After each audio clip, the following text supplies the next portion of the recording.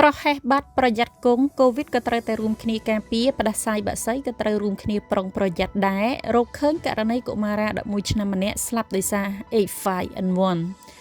សូមលោកអ្នកតាក់ទងទូរស័ព្ទទាន់ហេតុការណ៍របស់ក្រសួងសុខាភិបាលលេខ115ដោយឥតគិតថ្លៃគ្រប់ពេលវេលាដែលលោកអ្នកមានការសង្ស័យចំពោះបញ្ហាជំងឺឆ្លងផ្សេងៗមិនថាជាជំងឺផ្ដាសាយបាក់សីឬរកឃើញករណីឆ្លងកូវីដប្រភេទថ្មីក្តីមីជាតិស្នាដៃខ្មែររសជាតិខ្មែរ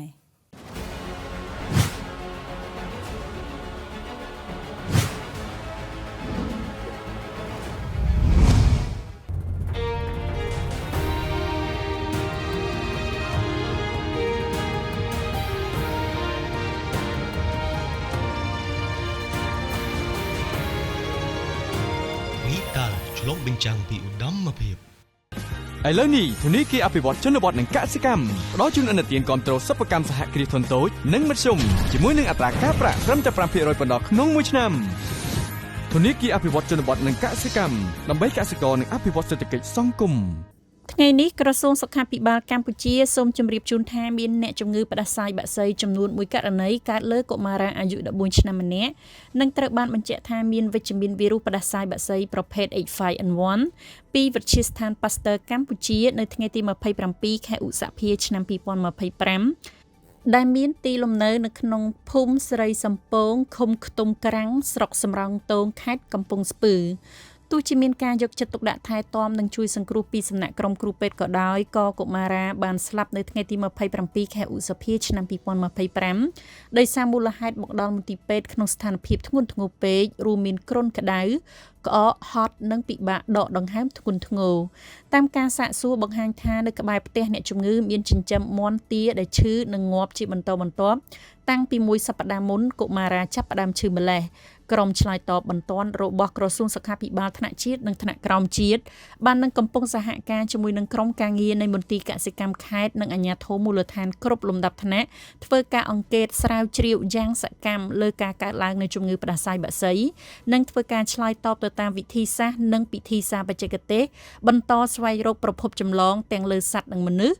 និងបន្តស្វែងរកករណីសង្ស័យនិងអ្នកប៉ះពាល់ដើម្បីទប់ស្កាត់ការឆ្លងបន្តទៅអ្នកដទៃទៀតក្នុងសហគមន៍ព្រមទាំងចែកជូនឱសថតាមីប្លូដល់អ្នកប៉ះពាល់ជិតស្និទ្ធនិងធ្វើយុទ្ធនាការអប់រំសុខភាពប្រជាពលរដ្ឋនៅក្នុងភូមិដែលកើតនោះក្រសួងសុខាភិបាលសូមក្រើនរំលឹកសារជាថ្មីម្ដងទៀតដល់បងប្អូនប្រជាពលរដ្ឋទាំងអស់សូមយកចិត្តទុកដាក់ប្រុងប្រយ័ត្នលើជំងឺផ្ដាសាយបាក់សីជានិច្ចពីព្រោះជំងឺផ្ដាសាយបាក់សីប្រភេទ H5N1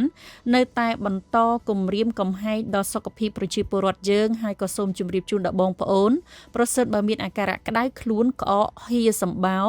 ឬពិបាកដកដង្ហើមនិងមានប្រវត្តិធ្លាប់ប៉ះពាល់ជាមួយនឹងមាន់ឬទាដែលឈឺឬងាប់អំឡុងពេល14ថ្ងៃមុនចាប់ផ្ដើមមានរោគសញ្ញាសូមកុំទៅជួបជុំឬទីប្រជុំជនដែលមានមនុស្សច្រើននិងត្រូវស្វែងរកការពិគ្រោះយោបល់និងការពិនិត្យព្យាបាលនៅមណ្ឌលសុខភាពឬមន្ទីរពេទ្យដែលនៅជិតជាបន្ទាន់ជៀសវាងការពន្យាពេលធ្វើឲ្យប្រឈមនឹងហានិភ័យខ្ពស់នៃការស្លាប់ជាយថាហេតុ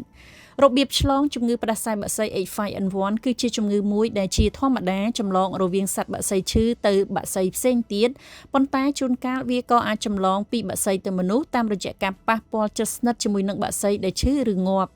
ជំងឺផ្ដាសាយបាក់សីលើមនុស្សជាជំងឺធ្ងន់ធ្ងរដែលតម្រូវឲ្យមានការធ្វើការព្យាបាលនៅមន្ទីរពេទ្យទាន់ពេលវេលា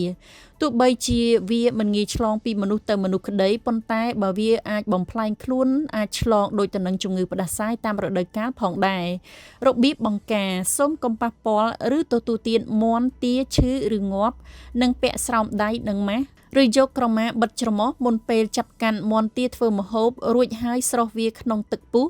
មុននឹងបោចសម្អាតរោមត្រូវប្រកាន់ខ្ជាប់នៅការអនុវត្តអនាម័យលាងសម្អាតដៃឲ្យបានញឹកញាប់មុនចាប់កាន់ចំណីអាហារជាពិសេសបន្ទាប់ពីការប៉ះពាល់សត្វបោចសម្អាតរោមសត្វបសុបក្សីឬវត្ថុផ្សេងៗដែលអាចជាប្រភពចម្លងរោគត្រូវចម្អិនម្ហូបអាហារឲ្យបានឆ្អិនល្អមុនពេលបរិភោគជាពិសេសសាច់សត្វបក្សីនិងស៊ុតកុំទទួលទានពងមាន់ឬពងទាជាប់ភ្នៅនិងទុកដាក់អាហារឆៅនិងឆ្អិនឲ្យដាច់ដោយឡែកពីគ្នា សម្អាតសម្ភារៈប្រើប្រាស់សម្រាប់ចម្អិនម្ហូបអាហារឲ្យបានត្រឹមត្រូវប្រសិនបើមានមាន់ទាឈឺឬងាប់ច្រើននៅក្នុងផ្ទះឬនៅក្នុងភូមិហើយមានអាការៈក្តៅខ្លួនក្អកហូរសម្បាវឬពិបាកដកដង្ហើមសូមប្រញាប់ស្វែងរកការពិគ្រោះយោបល់និងការពិនិត្យព្យាបាលនៅមណ្ឌលសុខភាពឬមន្ទីរពេទ្យដែលនៅជិតជាបន្ទាន់ជៀសវាងការបញ្ជាពេទ្យដែលធ្វើឲ្យប្រឈមនឹងហានិភ័យខ្ពស់នៃការស្លាប់ជាយថាហេតុ